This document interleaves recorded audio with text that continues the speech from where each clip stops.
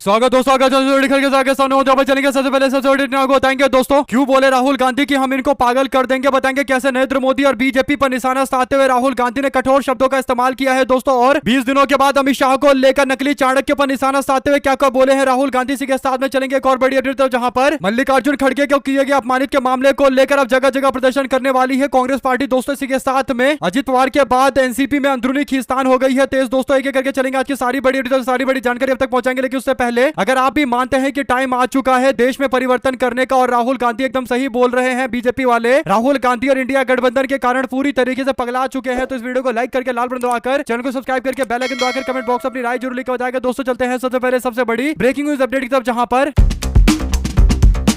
बीते दिन 13 तारीख को मानसून का सत्र खत्म हो चुका है दोस्तों। यानी मानसून का सत्र 20 जुलाई से शुरू हुआ था और 13 अगस्त को खत्म होना था दोस्तों। ऐसे में बीते दिन खत्म होने से पहले केवल 2 मिनट की कार्रवाई की गई जिसमें वंदे मातरम गाया गया और उसके बाद संसद की कार्रवाई को अनिश्चित काल के लिए स्थगित कर दिया गया दोस्तों। अब जो बड़ी अपडेट सामने आ रही है वो ये कि कांग्रेस पार्टी ने संगठन के अंदर एक नए तरीके का संगठन बनाया है दोस्तों। यानी पार्टी ने रचनात्मक कांग्रेस यानी क्रिएटिव कांग्रेस का एक ग्रुप बनाया है दोस्तों, जिसकी बैठक में राहुल गांधी पहुंचे थे और पार्टी के कार्यकर्ताओं को संबोधित कर रहे थे। इस दौरान राहुल गांधी ने कहा कि बीजेपी वालों को हम पागल कर देंगे, आप लोग टेंशन मत लीजिए। आजकल नरेंद्र मोदी को रात में नींद नहीं आती है, नरेंद्र मोदी रात में सोते नहीं हैं। इसके कई कारण है, कुछ प्रत्यक्ष है और कुछ छिपे हुए कारण है। अमित शाह को चाणक्य और ना जाने क्या क्या कहा जाता था, लेकिन वो गायब हो गए और 20 दिन से भागे हुए हैं, संसद के अंदर दिखाई नहीं दिए। अभी सरकार को समझ में आ गया है कि देश अपने आप को अभिव्यक्त करने से नहीं रुकेगा, यानी देश अब इनसे डरने वाला नहीं है। अपनी बात को देश खुलकर बीजेपी और सरकार के सामने रखता है, ऐसे में अब देश पीछे नहीं हटेगा, ये बात सबके सामने आ गई है। लेकिन राहुल गांधी ने डंके की चोट पर कहा कि इन लोगों को हम पूरी तरीके से पगला देंगे, आप लोग टेंशन मत लो। मैंने प्रधानमंत्री नरेंद्र मोदी के घर के सामने धरना किया, वहां पर एक पुलिस वाला मेरे कान में आकर बोलता है कि भैया इन लोगों को हटाओ। मीडिया के साथी भी मुझसे आकर कहते हैं कि जो हो रहा है वो सही नहीं हो रहा, लेकिन हमें भी नौकरी करनी है, अपने बच्चों को पालना है। लेकिन नेशनल स्पिरिट यानी देश के प्रति एक भावना भी लोगों के मन में होती है। इसके बाद राहुल गांधी इंग्लिश में एक लाइन का इस्तेमाल करते हैं दोस्तों। राहुल गांधी कहते हैं कि the national spirit is that we are not going to allow a bunch of clowns to impose their order on us, यानी इन गवार और जोकरों को हम अपने ऊपर राज नहीं करने देंगे। राहुल गांधी साफ तौर पर बीजेपी पर निशाना साधते हुए इन शब्दों का इस्तेमाल कर रहे हैं दोस्तों। यानी राहुल गांधी पूरी तरीके से फायर मोड में नजर आते हैं। कभी कहते हैं कि बीजेपी को पूरी तरीके से पगला देंगे और कभी बीजेपी सरकार के लोगों को बंच ऑफ क्लोन्स बोलकर संबोधित करते हैं। ऐसे में अगर आप भी मानते हैं कि अब राहुल गांधी बिल्कुल भी बैकफुट पर जाने वाले नहीं है दोस्तों, देश के अंदर जिस तरीके से छात्रों ने एक दिशा दिखाई और बताया कि देश को अन्याय के खिलाफ पुरजोर तरीके से बोलना चाहिए, डंके की चोट पर बोलना चाहिए, वही एक बड़ा कारण है कि अब खुलकर सब बोलते हुए मैदान में उतर रहे हैं। इस बात की जितनी तारीफ की जाए उतनी कम होगी, तो कमेंट बॉक्स में लिखकर जरूर बताएगा। ज्यादा से ज्यादा वीडियो को शेयर कीजिएगा। चलते हैं एक और बिग न्यूज अपडेट की तरफ दोस्तों, जहां पर एक और मुद्दा देश के अंदर विपक्ष जोर शोर से उठाने वाला है दोस्तों। कांग्रेस पार्टी ने मल्लिकार्जुन खड़गे का अपमान यानी दलित समाज के अपमान के मामले को लेकर देश भर के अंदर बीजेपी के खिलाफ मोर्चा खोलने का ऐलान किया है दोस्तों। जो बड़ी अपडेट सामने आ रही है वो ये कि उत्तराखंड के हल्द्वानी के अंदर उत्तराखंड के चुनाव से पहले जो भीड़ इकट्ठा कर दी मल्लिकार्जुन खड़गे और कांग्रेस पार्टी के लोगों ने दोस्तों, बीजेपी वालों को यह बात रास नहीं आ रही है। और कांग्रेस पार्टी की जनसभा होने के बाद यानी दलित समाज के सबसे बड़े नेता आज की डेट में अगर कोई है दोस्तों और सबसे बड़े पोस्ट पर अगर कोई है तो वो मल्लिकार्जुन खड़गे हैं। कांग्रेस पार्टी यानी भारतीय राष्ट्रीय कांग्रेस के राष्ट्रीय अध्यक्ष है दोस्तों। ऐसे में मल्लिकार्जुन खड़गे ने रैली की, प्रचंड भीड़ जुटी, तो इसके बाद उनके मंच से जाने के बाद उनके मंच के शुद्धिकरण का मामला सामने आया है दोस्तों। यानी गौमूत्र और गंगाजल ले जाकर शुद्धिकरण के नाम पर अस्पृश्यता को यानी अनटचेबिलिटी को बढ़ाया गया है और मल्लिकार्जुन खड़गे के प्रति अपनी दूषित मानसिकता भाजपा वालों ने दिखाया है। इस पर मल्लिकार्जुन खड़गे ने कहा कि जिस मंच से मैं भाषण देकर आया था उसका शुद्धिकरण करा के इन लोगों ने छुआछूत का एहसास मुझे करवाया है और मेरा अपमान किया है। खड़गे ने मांग की कि शुद्धिकरण करने वाले लोगों के खिलाफ छुआछूत विरोधी कानून के खिलाफ अनटचेबिलिटी एक्ट के तहत कानूनी कार्रवाई, सख्त कार्रवाई की जानी चाहिए और गिरफ्तार करके इनको जेल के सलाखों के पीछे भेजना चाहिए। सभापति सीपी राधाकृष्णन तथा सदन के नेता और केंद्रीय मंत्री जेपी नड्डा ने इस घटना की निंदा की है दोस्तों। नड्डा ने कहा कि यह बहुत ही दुर्भाग्यपूर्ण घटना है, यानी भाजपा का नेता कांड कर रहा है और बीजेपी के लोग राज्यसभा के अंदर इसकी निंदा कर रहे हैं। अब निंदा से काम तो चलेगा नहीं, उन सारे लोगों को तत्काल पार्टी से बाहर का रास्ता दिखाना चाहिए था, लेकिन अब तक ऐसी कोई अपडेट सामने नहीं आई है दोस्तों। ऐसे में बीजेपी वाले कहते हैं कि हम ऐसी गतिविधियों का समर्थन नहीं कर सकते, लेकिन मल्लिकार्जुन खड़गे जो दलित समाज के सबसे बड़े नेता है दोस्तों, उनके साथ साफ तौर पर खुलेआम 21वीं शताब्दी के अंदर डिजिटल जमाने में इस तरीके की अस्पृश्यता की गई है, यानी उनको नीचा दिखाने की कोशिश की गई है। दोस्तों जातीय मानसिकता से ग्रसित इन लोगों के द्वारा सबसे ज्यादा खराब तरीके का एक अपमानित व्यवहार किया गया है। इसकी जितनी निंदा की जाए दोस्तों उतनी कम है, और ये निंदा नहीं बल्कि ये तो सीधा एक्शन लेने वाली बात होनी चाहिए इस पूरे मामले पर। आप लोग अपनी राय जरूर लिखकर बताएगा अगर आप भी मानते हैं कि क्या सावरकर की किताब से यही सीखते हैं भाजपा वाले, और जब सावरकर का विरोध करते हैं तो बीजेपी वाले आकर बचाव करने लगते हैं। दो शब्द जरूर लिखकर बताएगा। साथ साथ कांग्रेस पार्टी ने इस मामले को लेकर एक बड़ा ऐलान किया है दोस्तों, यानी मल्लिकार्जुन खड़गे के अपमान को लेकर ये बड़ी अपडेट सामने आ रही है दोस्तों। मल्लिकार्जुन खड़गे के कथित अपमान के विरोध में कांग्रेस पार्टी ने बड़ा फैसला लिया है। कांग्रेस पार्टी देश भर के अंदर आज हर एक जिले के अंदर मार्च निकालेगी और विरोध करेगी। हल्द्वानी में स्टेज के शुद्धिकरण के नाम पर मल्लिकार्जुन खड़गे के प्रति किए गए छुआछूत के मामले को लेकर जोरदार तरीके से विरोध जताया जाएगा, और हर जगह पर कांग्रेस पार्टी आज प्रदर्शन करके एक मैसेज क्लियर कर देना चाहती है। अगर आप भी मानते हैं कि देश के सबसे बड़ी पार्टी, सबसे पुरानी पार्टी भारतीय राष्ट्रीय कांग्रेस के राष्ट्रीय अध्यक्ष मल्लिकार्जुन खड़गे के साथ किए गए अपमानजनक बर्ताव ने भारतीय जनता पार्टी को देश भर में सबके सामने एक्सपोज करके रख दिया है दोस्तों। और अगर आप भी मानते हैं कि हर जिला मुख्यालय पर इस तरीके का विरोध लगातार दिखना चाहिए तो अपनी राय जरूर लिखकर बताएगा। ज्यादा से ज्यादा वीडियो को शेयर कीजिएगा। चलते हैं एक और बिग न्यूज अपडेट की तरफ दोस्तों, जहां पर राष्ट्रवादी कांग्रेस पार्टी के प्रमुख रहे और पूर्व डिप्टी सीएम अजित पवार के निधन के बाद उनकी पार्टी एनसीपी के अंदर अंदरूनी खींचतान अब खुलकर सामने आ गई है दोस्तों। एक तरफ सुनेत्रा पवार, पार्थ पवार का खेमा, तो दूसरी तरफ सुनील तटकरे और प्रफुल्ल पटेल का गुट है। ऐसे में सवाल उठ रहा है कि ये टकराव सिर्फ संगठन और पद की लड़ाई या फिर उसका कनेक्शन शरद पवार गुट के साथ चल रही विलय की चर्चाओं से भी है। सुनील तटकरे के प्रदेश अध्यक्ष बनने रहने पर सवाल उठे हैं। आपको बता दें कि विवाद की शुरुआत सुनेत्रा पवार के राष्ट्रीय अध्यक्ष बनने की प्रक्रिया को चुनौती दिए जाने से हुई है दोस्तों। पार्टी के ही एक कार्यकर्ता सुनील तटकरे ने महाराष्ट्र प्रदेश अध्यक्ष बनने को लेकर चुनाव आयोग में शिकायत दर्ज कराई है दोस्तों। शिकायतकर्ता भाऊ साहेब दत्ताराव पाटिल गोरे ने, जो परतूर विधानसभा क्षेत्र में एनसीपी अजित पवार गुट से जुड़े हुए हैं, उन्होंने आरोप लगाया कि तटकरे ने अपना कार्यकाल पूरा होने से करीब 6 महीने पहले ही अपने निर्धारित प्रक्रिया का पालन करते हुए दोबारा प्रदेश अध्यक्ष का पद हासिल कर लिया है। गोरे के मुताबिक प्रदेश अध्यक्ष का चुनाव पूरी तरीके से गैर कानूनी है, और ना तो चुनावी कार्यक्रम की घोषणा की गई, ना ही नामांकन किया गया, मतदान की तारीख भी तय नहीं की गई, और अपने आप में ही एक व्यक्ति को नियुक्त कर दिया गया। तो अब पार्टी के अंदर से ही इस मामले को लेकर सवाल खड़े कर रहे हैं दोस्तों। ये जो ऑब्जेक्शन दिया जा रहा है ये पार्टी के बड़े नेता के कहने पर नहीं दिया जा रहा है। ये तो काफी मुश्किल है, क्योंकि सबको पता है कि गुटबाजी तगड़े लेवल पर चल रही है। एक और प्रफुल्ल पटेल है, दूसरी तरफ सुनेत्रा पवार है, और तीसरी तरफ अध्यक्ष के चुनाव को लेकर चुनौती सामने आई है। आप लोग इस पर अपनी राय जरूर लेकर बताएगा। साथ साथ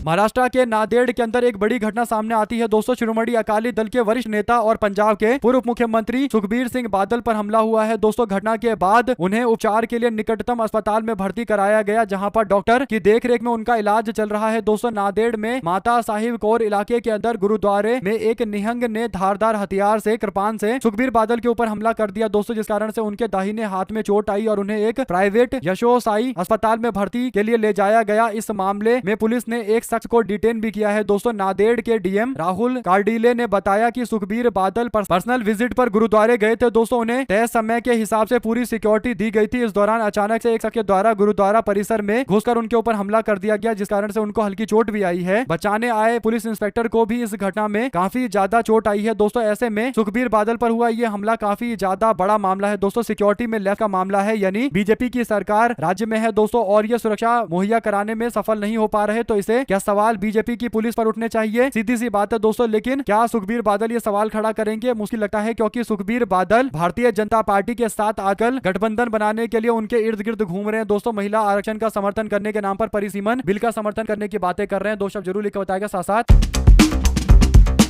कांग्रेस के नेता जयराम रमेश ने संसद के हालिया मानसून सत्र को लेकर विपक्ष की एकजुटता को अपनी सबसे बड़ी कामयाबी बताई है दोस्तों। उन्होंने कहा कि विपक्ष ने मिलकर सरकार पर दबाव बनाया है, जिसके चलते ऐसे कई बिल इस सत्र में आगे नहीं बढ़ सके जिसे सरकार लाना चाहती थी। रमेश ने विपक्ष की 5 ऐसी सफलताएं गिनाई है जिन्हें उन्होंने सरकार की योजना को रोकने या टालने में अहम बताया है। जयराम रमेश के मुताबिक सरकार की तरफ से कई अहम विधेयक को इसी सत्र में आगे बढ़ाने की तैयारी की गई थी दोस्तों, लेकिन विपक्ष के विरोध और संसदीय समिति की प्रक्रिया के चलते ये मामला अब अगले सत्र तक टल गया है। उन्होंने कहा कि विपक्ष की एकजुटता का असर संसद के कामकाज में साफ तौर पर दिखाई दे रहा है। जयराम रमेश ने गिनाई विपक्ष की 5 सफलताएं दोस्तों, जिसमें one nation one election bill, VBSA bill और 130वां संविधान संशोधन बिल, ये सारी बातें थी। तो ऐसे में बीजेपी के लोग यहाँ ना तो FCRA लेकर आ पाए दोस्तों, ना परिसीमन बिल लेकर आ पाए, और ना ही वन नेशन वन इलेक्शन वाला बिल लेकर आ पाए। और इसके बाद बीजेपी के लोग मानसून सत्र में अपने आप को फेल मानने को तैयार नहीं है। उनका मानना है कि विपक्ष के लोगों ने आवाज नहीं उठाने दिया, लेकिन संसद के काम चलाने की जिम्मेदारी जो होती है वो सरकार की होती है। विपक्ष तो शुरू से ही मांग कर रहा है कि गृह मंत्री को बुलाइए, अमित शाह को बुलाइए, मोदी को बुलाइए और उनका बयान दिलवाइए। अगर अमित शाह एक दिन आ जाते बयान देने के लिए और नरेंद्र मोदी बैठक में मौजूद रहते तो इसमें क्या आफत आ जाती। यानी 20-25 दिन जो टाइम बर्बाद हुआ है दोस्तों, उसमें केवल एक दिन टाइम बर्बाद होता, जिस दिन अमित शाह आकर बयान देते और एक दिन यानी 2 दिन मान लीजिए टोटल, तो मामला सॉल्व हो जाता। उसके बाद आगे अन्य मुद्दों को लेकर चर्चा कराया जाता और सरकार की जिम्मेदारी है कि वो संसद के काम को सुचारू रूप से चलाए। लेकिन ऐसा लगता है कि बीजेपी के लोग खुद अहंकार में डूबे पड़े हैं दोस्तों। साथ ही साथ चलते हैं एक और बिग न्यूज अपडेट की तरफ, जहां पर समाजवादी पार्टी के सांसदों ने गुरुवार को यानी बीते दिन संसद के मॉनसून सत्र के दौरान इकट्ठा किए गए 2,15,000 रुपए दिल्ली के कनॉट प्लेस स्थित हनुमान मंदिर को दान कर दिए दोस्तों। एसपी सांसद यानी समाजवादी पार्टी के सांसद धर्मेंद्र यादव, अवधेश प्रसाद और राजीव राय ने मॉनसून सत्र खत्म होने के बाद मंदिर का दौरा किया दोस्तों और इकट्ठा की गई रकम को सौंपा गया। सांसदों ने बताया कि वे संसद में कथित चंदा चोरी के मुद्दे को लेकर चर्चा चाहते थे। उन्होंने आरोप लगाया कि सरकार ने इस विषय को सदन में उठाने की अनुमति नहीं दी। इस मुद्दे पर बोलते हुए सपा के सांसद अवधेश प्रसाद ने मुख्य चुनाव अधिकारी की नियुक्ति की प्रक्रिया पर सवाल उठाए दोस्तों और दावा किया कि नियुक्ति प्रक्रिया अमान्य थी। उन्होंने यह भी आरोप लगाया कि उम्मीदवारों पर पूछे जा रहे सवालों का स्वरूप संविधान के खिलाफ था। एसपी सांसद का कहना है कि वे संसद के भीतर या बाहर इन मुद्दों को लगातार उठाते रहेंगे। तो इस पर आप लोग की जो भी प्रतिक्रिया है दोस्तों लिखकर जरूर बताएगा। ज्यादा से ज्यादा वीडियो को शेयर कीजिएगा। चलते हैं एक और बिग न्यूज अपडेट की तरफ, जहां पर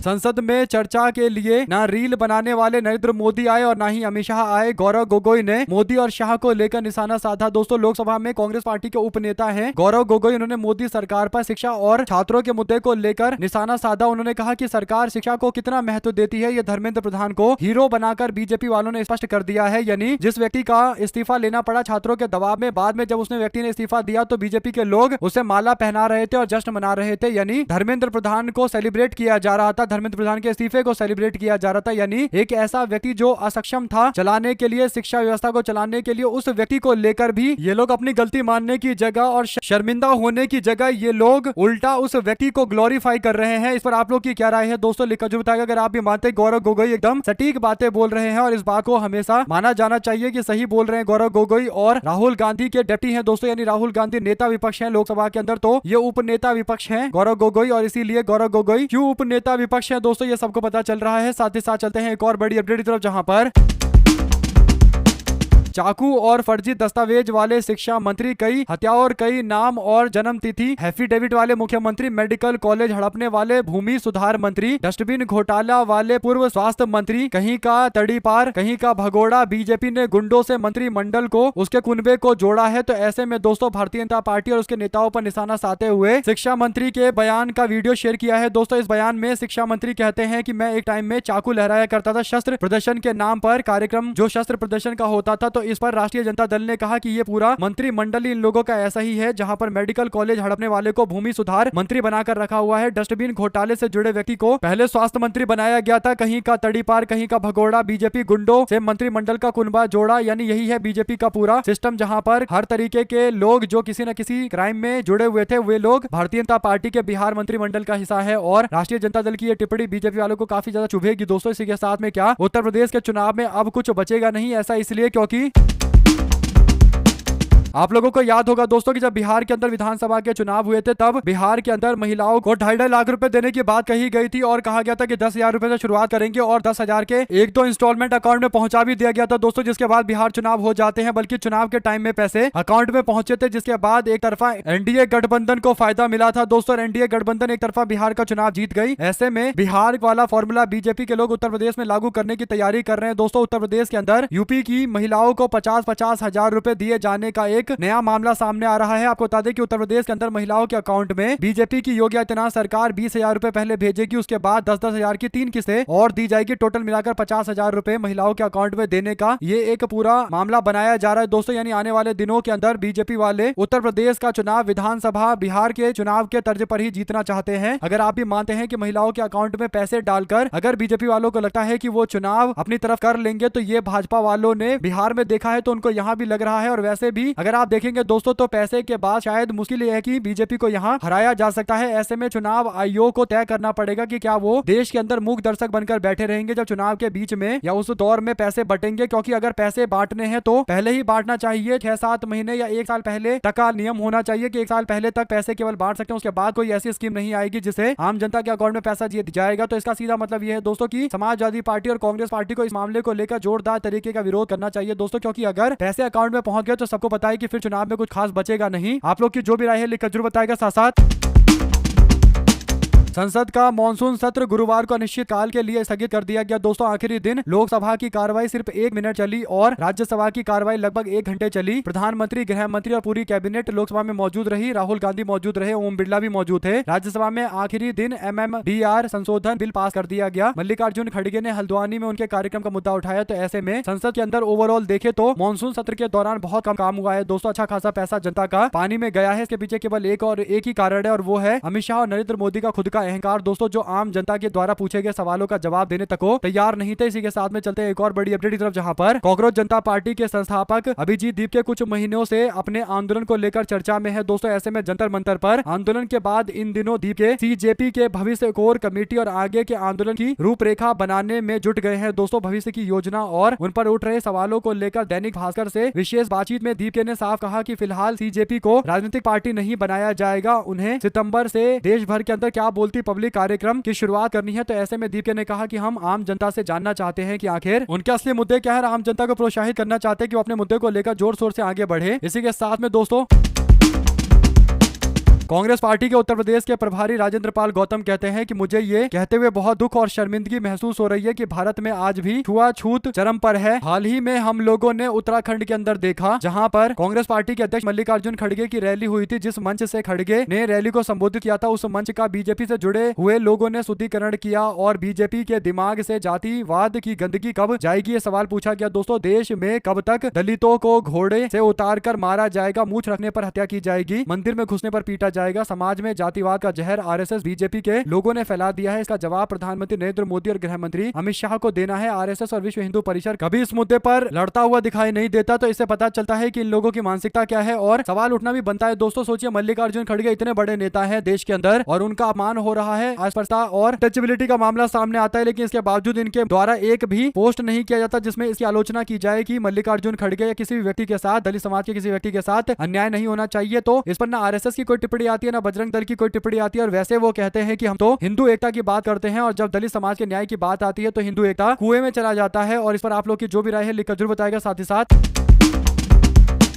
कांग्रेस के नेता राहुल गांधी ने इलाहाबाद हाईकोर्ट के उस आदेश को सुप्रीम कोर्ट में चुनौती दी है दोस्तों, जिसमें CBI और ED को आय से ज्ञात स्रोत से अधिक संपत्ति के आरोप को लेकर उनके खिलाफ जांच करने का निर्देश दिया गया था। सुप्रीम कोर्ट की वाद सूची के अनुसार प्रधान न्यायाधीश सूर्यकांत और न्यायमूर्ति जयमाल्य बागी और न्यायमूर्ति V मोहन्ना की पीठ ने इस मामले को लेकर 17 अगस्त को सुनवाई करने की जानकारी दी है दोस्तों। इलाहाबाद हाईकोर्ट की लखनऊ पीठ ने 20 जुलाई को CBI के जवाब पर असंतोष जताते हुए एजेंसी के वरिष्ठ अधिकारियों को राहुल गांधी के खिलाफ आय से ज्ञात स्रोत से अधिक संपत्ति के आरोपों की जांच में हुई प्रगति का विस्तृत ब्यौरा देते हुए नया हलफनामा व्यक्तिगत रूप से दाखिल करने का निर्देश दिया है। हाईकोर्ट ने यह भी कहा था कि यदि आरोपों की जांच के दौरान प्रवर्तन निदेशालय की तरफ से अवैधता का संकेत देने वाली सामग्री और दस्तावेज मिलते हैं तो ये कानून के अनुसार आगे की कार्रवाई करने के लिए स्वतंत्र होगा। हाईकोर्ट ने कांग्रेस के नेता के खिलाफ आय से अधिक संपत्ति के मामले को लेकर ये पूरा आदेश दिया है दोस्तों। अब देखते हैं 17 तारीख को जो दूसरी बार चर्चा होगी तो इसमें क्या कुछ निकल कर सामने आएगा। साथ ही साथ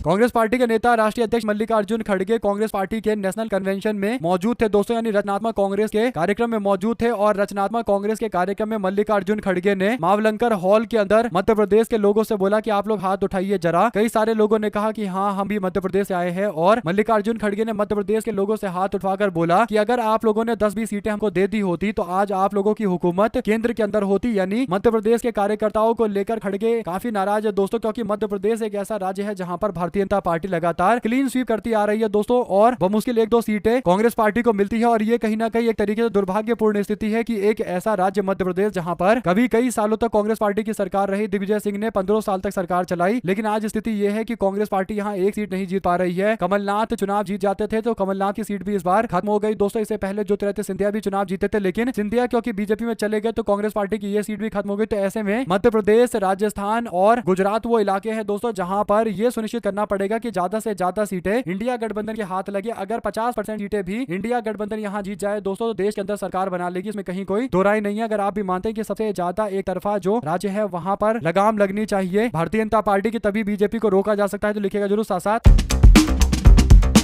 कांग्रेस पार्टी की नेत्री प्रियंका गांधी ने कहा कि संसद सत्र के जो आखिरी दिन था, यानी मानसून सत्र का जो आखिरी दिन था 13 तारीख को बीते दिन, उस दौरान भारतीय जनता पार्टी के लोग सदन की कार्रवाई में जवाब देने के लिए नहीं आए, बल्कि बीजेपी के लोग केवल राष्ट्रगान गाने के लिए आए थे, राष्ट्रीय गीत गाने के लिए आए थे। जैसे ही राष्ट्रीय गीत खत्म हुआ, वंदे मातरम खत्म हुआ, वैसे ही ये लोग वापस लौट गए। तो इसका मतलब इन लोगों को आम जनता के टैक्स के पैसे से कोई लेना देना नहीं है। इनको फर्क नहीं पड़ता कि आम जनता के हित में कितने काम हुए हैं, इनको केवल अपने आप से मतलब है। और ये आते हैं, वंदे मातरम गाते हैं और चले जाते हैं। तो इसे पता चलता है कि बीजेपी वाले पहले से ये तय कर आए थे कि वो आम जनता के सवालों का जवाब नहीं देंगे, खासकर जो आम जनता की आवाज विपक्ष के लोग उठा रहे हैं उसका कोई जवाब नहीं देंगे। प्रियंका गांधी इस बात को लेकर नाराज। उन्होंने कहा कि ये अलोकतांत्रिक व्यवस्था है जिसकी जितनी आलोचना की जाए उतनी कम होगी। साथ साथ अखिलेश कहते हैं कि चढ़ावा, चंदा, दान, चोर कहां मिलेंगे, बीजेपी के दफ्तर में मिलेंगे, और चोरी का हिसाब कहां मिलेगा, अनरजिस्टर्ड के रजिस्टर्ड में मिलेगा। तो ऐसे में घूम फिरकर अखिलेश यादव बीजेपी पर निशाना साध रहे हैं दोस्तों, बिल्कुल मौका नहीं छोड़ते। ऐसे में अगर आप भी मानते हैं कि सपा प्रमुख बीजेपी के लिए सबसे बड़ा सिरदर्द इसलिए है क्योंकि सपा के प्रमुख जब कोई बात लिखते हैं तो काफी हंसी मुस्कुराने के साथ लिखते हैं और मैसेज दूर तक जाता है। बहुत बहुत धन्यवाद सभी दोस्तों, भाइयों, बहनों, मित्रों का। जय हिंद, जय भारत। ज्यादा से ज्यादा वीडियो को शेयर कीजिए।